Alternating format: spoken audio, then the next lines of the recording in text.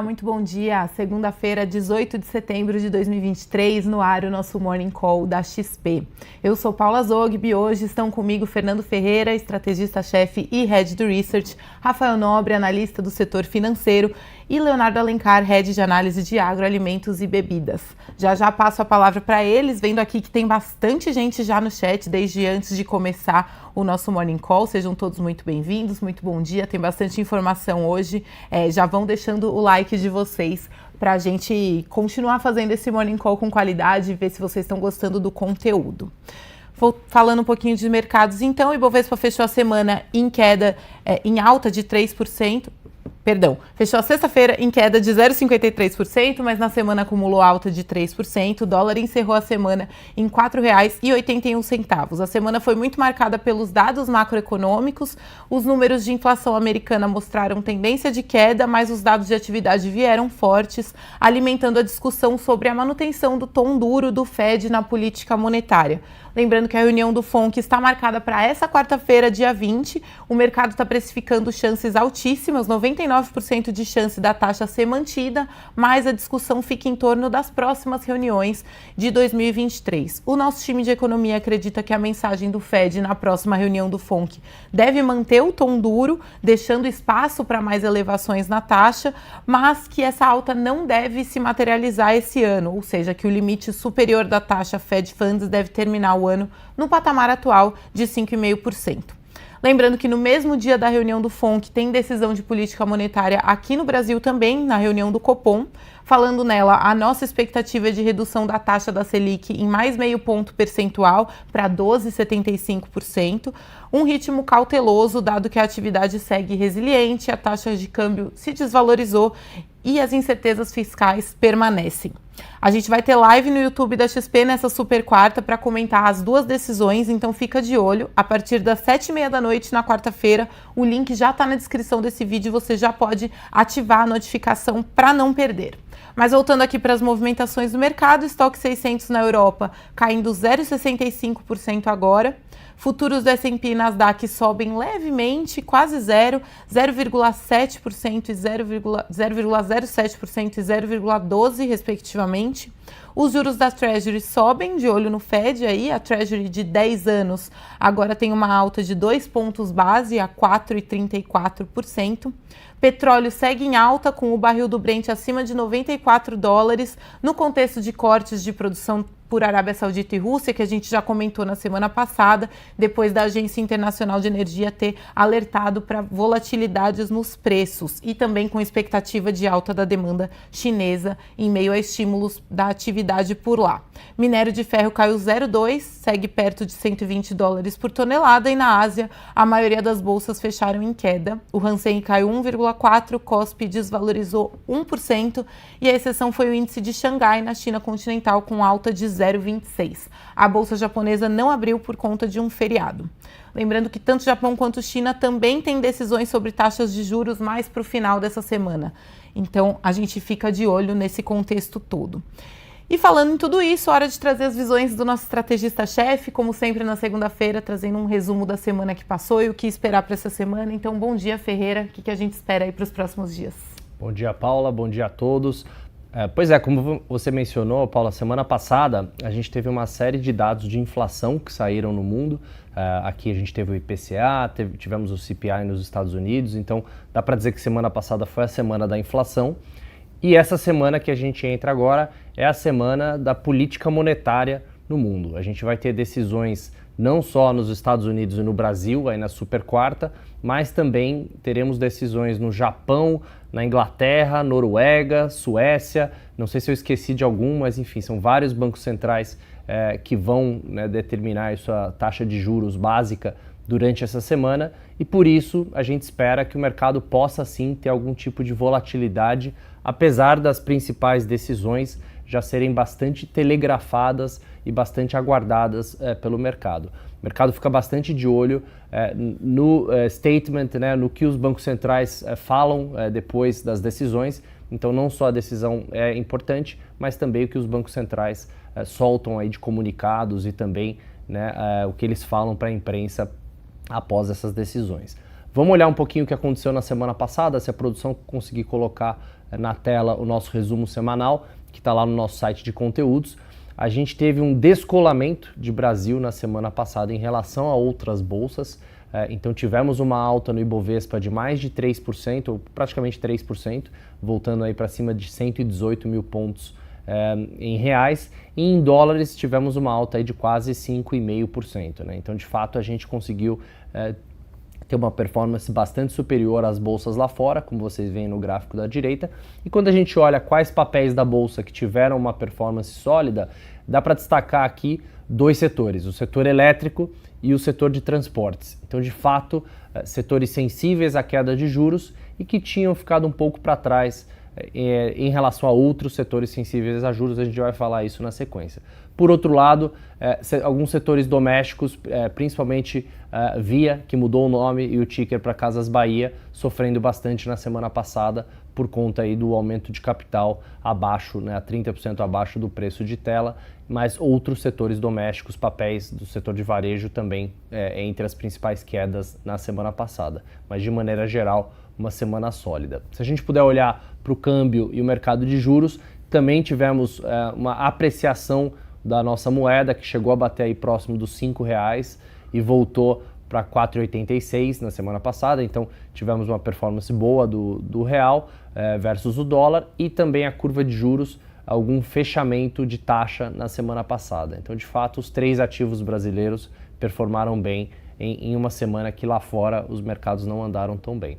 Olhando para fluxos, tivemos uma semana mista de fluxos na semana passada, uma pequena saída de investidores estrangeiros, investidores pessoa física também com um saldo negativo de 360 milhões na semana passada, e por outro lado, investidores institucionais locais foram os maiores compradores de bolsa na semana passada. Interessante notar que a gente está começando a ver o fluxo para fundos voltando com captações positivas, ainda bastante pequenas, mas isso é um indicador importante, porque como vocês olham no gráfico da direita, investidores institucionais locais venderam mais de 30 bilhões de reais de bolsa esse ano, muito por conta dos resgates que eles tiveram, que foram resgates bastante relevantes. E aí, se a gente puder passar por último a tabela dos dados econômicos que tem para sair essa semana, tem uma série de dados importantes para sair no Brasil e no mundo, mas de fato o foco será em todas essas decisões de política monetária que eu mencionei, principalmente Brasil e Estados Unidos, nessa super quarta. Ótimo. E falando em fluxos, né, você mencionou que teve um pouquinho de saída de estrangeiros da Bolsa em agosto, né, saiu na semana passada também nosso relatório, teve saída de estrangeiros, mas você esteve com estrangeiros, né, na semana passada, falou com vários gestores nos Estados Unidos, e eu queria saber se o sentimento mostra que esse fluxo pode voltar ou não tende a voltar, qual que é, no geral, o sentimento desses investidores? Então tá ótimo. De fato, a gente teve uma saída grande de investidores estrangeiros durante o mês de agosto, se eu não me engano foram próximo de 12 bilhões de reais de saída, e muita gente ficou preocupada, né, por que o estrangeiro vendeu o Brasil dessa forma, né, teve essa saída tão grande durante o mês de agosto, se acende uma luz amarela ou não. E as nossas reuniões na semana passada nos Estados Unidos mostraram que, assim, todas as reuniões a gente teve um sentimento bem construtivo em relação ao Brasil, em relação à Bolsa Brasileira dos investidores americanos. Então a gente falou com fundos globais, fundos de mercados emergentes, fundos dedicados à América Latina, hedge funds, enfim, uma série de tipos de diferentes investidores aí em Brasil, e todos eles com uma visão bastante construtiva. De fato, a gente enxerga que os investidores globais estão os mais otimistas de todos em relação ao Brasil, porque eles olham para o Brasil de uma forma muito pragmática, né? Eles olham o fato de que o Brasil está barato, que tem um ciclo de corte de juros adiante, que o Brasil tem baixo risco geopolítico, e eles estão saindo, aí, reduzindo exposição à China, né? Então eles estão olhando para outras opções no mundo, e o Brasil acaba estando bem colocado aí em relação a outros países. E esse investidor, ele olha menos para o detalhe da política, dos impostos, discussões no Congresso, porque ele está olhando bastante de uma forma pragmática para o mundo todo. O investidor mais dedicado, mais próximo da região, ele também está otimista, também está construtivo com o Brasil, mas eu diria menos em relação ao investidor global. Então é interessante notar que o investidor que está olhando mais no detalhe, ele olha assim os riscos, né, e discutimos bastante as questões de impostos, né, as possíveis taxações para as empresas, tanto com a eliminação do JCP quanto da subvenção de investimentos do ICMS e várias outras discussões que estão no Congresso para acontecerem para o ano que vem, né? Além disso, outro risco, outro debate grande é até quanto, né, até que nível a Selic pode cair, se a Selic poderia voltar para um dígito ou não. A nossa visão aqui do time econômico é que a Selic bate 10% e aí o Banco Central reavalia como estará o cenário por lá.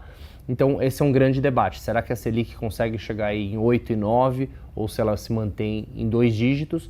E por último, o terceiro risco que a gente viu ou debateu é o risco do macro global, né? A China continua fraca, Estados Unidos, o grande debate é se teremos um soft landing ou um hard landing, né? Então se teremos uma recessão por lá ou não e como isso poderia afetar mercados emergentes. Por último, quais setores que a turma está mais animada, quais setores que a gente debateu mais? Sem dúvida nenhuma, setores domésticos e setores sensíveis a juros. Esses foram os grandes interesses que a gente viu dos investidores lá fora. Discutimos bastante, por exemplo, as small caps, que não é comum discutir com investidores estrangeiros, né, que olham para papéis mais líquidos, mas de fato a turma está de olho nesses papéis mais sensíveis à queda de juros adiante. Agora, a performance dos setores está bastante díspare, né? Alguns setores, como o setor imobiliário, já performaram bem, outros setores sensíveis a juros, como é o caso de varejo, com uma performance bem mais fraca. E aqui tem muito a ver com esse risco de imposto que o governo tem discutido e também com os resultados do segundo trimestre que foram fracos para alguns setores e varejo é um exemplo deles. Ótimo. Tem uma pergunta, duas perguntas do José Carlos, né? Se é um momento bom para investir e onde investir no momento com a queda da Selic. Enfim, você já falou um pouquinho, né, desses setores, mas se a nossa visão é a mesma desses gestores. Sim, a gente continua com uma visão construtiva para ativos de risco de maneira geral. Então aqui não falo só da Bolsa, mas também a gente fala de fundos imobiliários, fundos alternativos. Enfim, a nossa mensagem principal, José Carlos, é que o CDI ele foi excelente até agora, mas não necessariamente ele vai continuar sendo excelente daqui para frente. E por que disso? Porque a gente, nos nossos estudos, a gente mostrou que a Bolsa tem uma performance bastante superior ao CDI durante os ciclos de corte, fundos imobiliários, mesma coisa, bastante superior em termos de performance em relação ao CDI, e mesmo dentro da renda fixa, a gente vê que os pós-fixados têm a pior performance dentro da renda fixa em ciclos de corte de juros.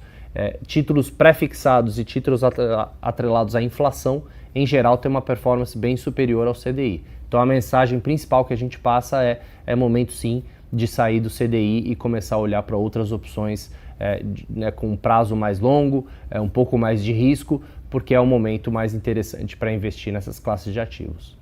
Perfeito, respondido então, José Carlos.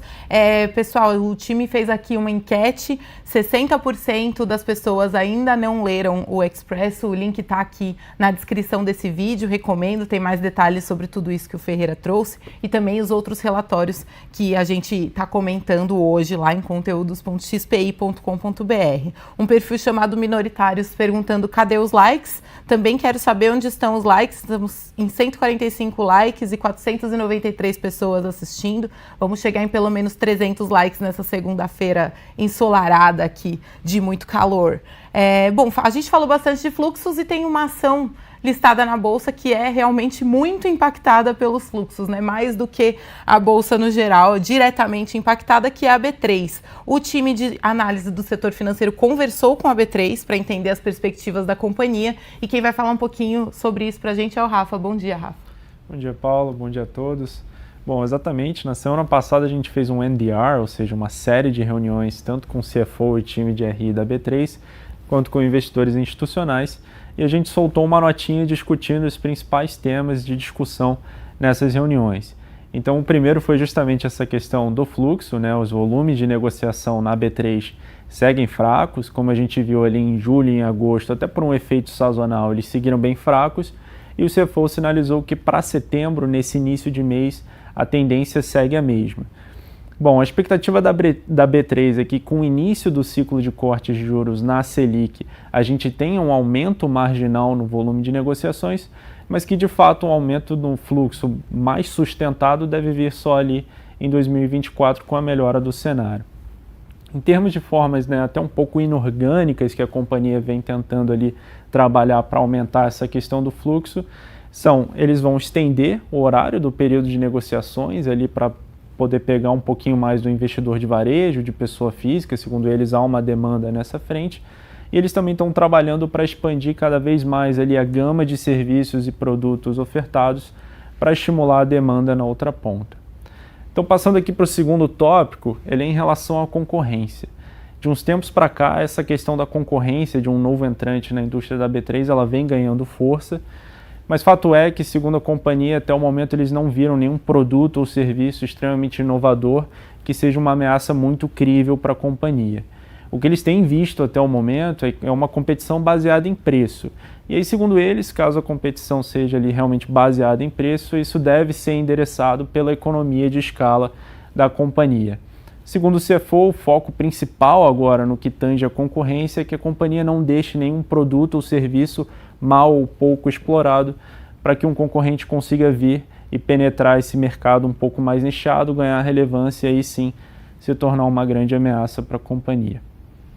Passando para o terceiro tópico em relação ao possível fim do JCP, lembrando que a B3 é uma das maiores beneficiadas, né, por conta dessa questão do benefício fiscal do JCP, eles falaram que sim, caso o JCP chegue ao fim, isso vai ter um impacto ali de mais ou menos 300 a 400 milhões no lucro anual da companhia. E aí, só colocando aqui em perspectiva, isso seria mais ou menos 11% do lucro estimado que a gente tem para 2024. De toda forma, o CFO sinalizou que existem formas de mitigar o fim do JCP, e uma delas seria a questão da estrutura de capital. Lembrando que a B3 hoje ela é caixa líquida, ou seja, ela possui mais caixa do que dívidas, então uma saída para mitigar o efeito do fim do JCP seria alavancar a companhia, ou seja, tomar um pouco mais de dívida, e na outra ponta aumentar a distribuição para os acionistas, seja através de dividendos ou de recompras. E por último, um dos temas mais discutidos nessas reuniões foi a questão dos riscos regulatórios e de contingências fiscais. E aqui eu estou falando principalmente do caso Diageo, que vem lá de trás, de 2008, da fusão da Bovespa com a BMF, e que caso a B3 seja condenada, isso pode acarretar ali uma multa de 13 a 14 bilhões de reais. Hoje esse caso ele corre ali no CARF, recentemente houve uma mudança regulatória retornando o voto de qualidade para o governo, ou seja, isso acaba ali impactando de certa forma o julgamento do caso, mas a companhia reforça que mesmo que ela perca o caso no CARF, ela consegue judicializar o processo e ela segue bem convicta de que eles vão conseguir sair vitoriosos e não serão penalizados. De forma geral, aqui do nosso lado a gente segue com uma visão um pouco mais cautelosa para o case, a gente acha que o cenário macro ele ainda não é muito favorável para o papel, e essa questão da concorrência, à medida que notícias, que o noticiário vem divulgando notícias sobre novos entrantes, isso deve pesar sobre o papel. Então a gente segue aqui com uma visão neutra e um preço-alvo de R$ 13,60 para o papel da B3. Então vamos lá passar para o nosso próximo tema, nossa próxima companhia. O Léo também esteve em conversas com representantes de uma empresa, que é a M. Dias Branco, mais conhecida por marcas aí como Piraquê e Adria, por exemplo. Então, Léo, qual que é a visão para esse papel? Bom dia. Bom dia. Na mesma linha que o Rafa comentou, a gente fez uma reunião com CFO e RI da M. Dias, com diversos investidores, tanto aqui em São Paulo quanto no Rio de Janeiro. Acho que a gente tem falado bastante sobre a M. Dias, acho que o time é muito interessante da empresa. Ela é uma empresa muito dependente, muito na cadeia do trigo e na cadeia do óleo vegetal. Então ela produz massas e biscoitos, margarina, farinhas. Então durante a pandemia foi impactada, mas depois por conta da guerra do ano passado, Rússia invadindo a Ucrânia, dois grandes produtores de trigo no mercado mundial, e isso mexeu no custo das commodities no mundo todo e pressionou as margens da empresa. Então quando a gente olha a empresa no ano passado, foi muito volátil o resultado da empresa por conta dessa dinâmica dos custos das matérias-primas. Esse é um dos pontos que foi bastante discutido e é um dos pontos do nosso otimismo agora, que é a perspectiva de continuidade na queda das commodities, principalmente o trigo e também o óleo de palma, que é um componente importante na produção de biscoitos. Então essa dinâmica de queda nas commodities e descompressão de margens, isso já começou a aparecer no primeiro trimestre da empresa. Então a margem melhorou ao longo do primeiro trimestre, melhorou ao longo do segundo trimestre, e conforme nossas discussões com os investidores, esse continua sendo um dos principais pontos de otimismo da tese em relação à continuidade de melhora de margens, tanto no terceiro tri, quarto tri, como ao longo de 2024. Então a gente fala que o earnings momento, né, então a perspectiva de resultados da empresa no curto e no médio prazo deve ser favorecida por conta dessa dinâmica de queda nos custos, tá? Até no relatório a gente faz um acompanhamento de importação de trigo por todos os portos do Brasil para tentar mapear o custo médio ali de importação de trigo pela M. Dias, e ainda tem espaço para mais quedas pelo que a gente tem mapeado, então realmente existe um espaço aí para recomposição de margem via queda nos custos. Outro ponto bastante discutido foi a dinâmica de repasse de preço. Como eles estão na cadeia do trigo, na hora que sobe o custo, se existe uma pressão de alta nesses produtos, quando tem uma queda, muitas vezes outros concorrentes podem baixar o preço de farinhas, acaba sendo o principal, mas massa também. O que a empresa tem utilizado é a estratégia de reduzir o tamanho das embalagens para conseguir se posicionar melhor nesse segmento, tá? E até por conta dessa volatilidade toda dos commodities, nem todos os concorrentes têm mexido no preço. Então, a gente viu o preço subindo um pouquinho no primeiro trimestre desse ano, um pouco mais no segundo trimestre desse ano. Daqui para frente a gente não espera repasses nos preços, então continua sendo muito mais queda nos custos, preço de certa forma em linha, né, para os próximos trimestres. A empresa tem feito um trabalho muito bom na parte de marcas, então Piraquê tem sido realmente um ponto forte. Ela acabou de ser eleita como a 7ª marca mais conhecida do segmento de consumo do país. Parece ser realmente reflexo do esforço que a empresa tem feito de posicionamento dessa marca, não só no Sudeste, mas crescendo muito no Norte e Nordeste. Mas eu diria que o ponto principal, assim, todo esse ponto positivo, né? Então preço, uma dinâmica positiva, custos, uma dinâmica positiva. Eles ainda têm espaço para aumentar o volume, que eu acho que é uma variável que fica como risco de alta, né? Upside risk na tese. Eu acho que o único ponto de atenção, dada a discussão da MP 1185, a gente fez simulações do que seria o cenário de impacto na M. Dias. Ela tem apenas 20% da subvenção de custeio, que é o mais arriscado de ser removido na CMP. De investimento, a princípio, estaria protegido, ainda que o modelo de crédito seria mudado para frente, mas se fizesse a análise do pior cenário possível, ou seja, implementando a MP 1185 e sem considerar qualquer crédito da empresa, ainda assim ela teria que fazer um repasse na casa de 5% no preço dos produtos, isso num horizonte temporal mais longo, então não parece tão crítico. Precisa de considerar ainda que é uma empresa que tem 14 fábricas no Nordeste do país, então ela tem outros benefícios como Sudã, Sudene. Incorporando esses benefícios, ela teria que subir o preço médio na casa de 2%. Então, apesar de todo esse ruído na parte tributária, que impactou muito a performance das ações depois que saiu a MP, apesar desse ruído todo e o papel ter apanhado bastante por conta disso, a nossa leitura é que mesmo no pior cenário possível, a empresa que tem aí mais de 30%, 32% de market share e uma boa presença no Norte e Nordeste, boa capilaridade, conseguiria repassar isso nos preços. Então, é uma dinâmica favorável, tá? O papel ele sofreu tanto por conta dessa aumento das tensões entre Rússia e Ucrânia, impactando a dinâmica do trigo, como também por conta da MP. Então ele já esteve melhor, voltou um pouco, volta a ser uma oportunidade muito interessante. Existe um consenso positivo do lado dos investidores, que eu acho que é um ponto bem significativo, tanto aqui em São Paulo quanto no Rio de Janeiro. Então a gente reforça a M. Dias como top pick nosso no setor de food, tá? Nosso preço-alvo é de R$ 48,40 para a empresa. Perfeito, então agora já deu até vontade de comer um biscoitinho. A gente vai encerrando o nosso Morning Call. Só antes responder aqui o Maurício sobre a Selic, vai cair 0,5%, é isso mesmo, essa é a nossa expectativa e ampla expectativa do mercado, mas lembrando que o que realmente faz barulho depois é o comunicado, então não deixe de acompanhar a nossa live pós-Copom na quarta-feira às 7h30 da noite. Obrigada a todos pela companhia e até amanhã.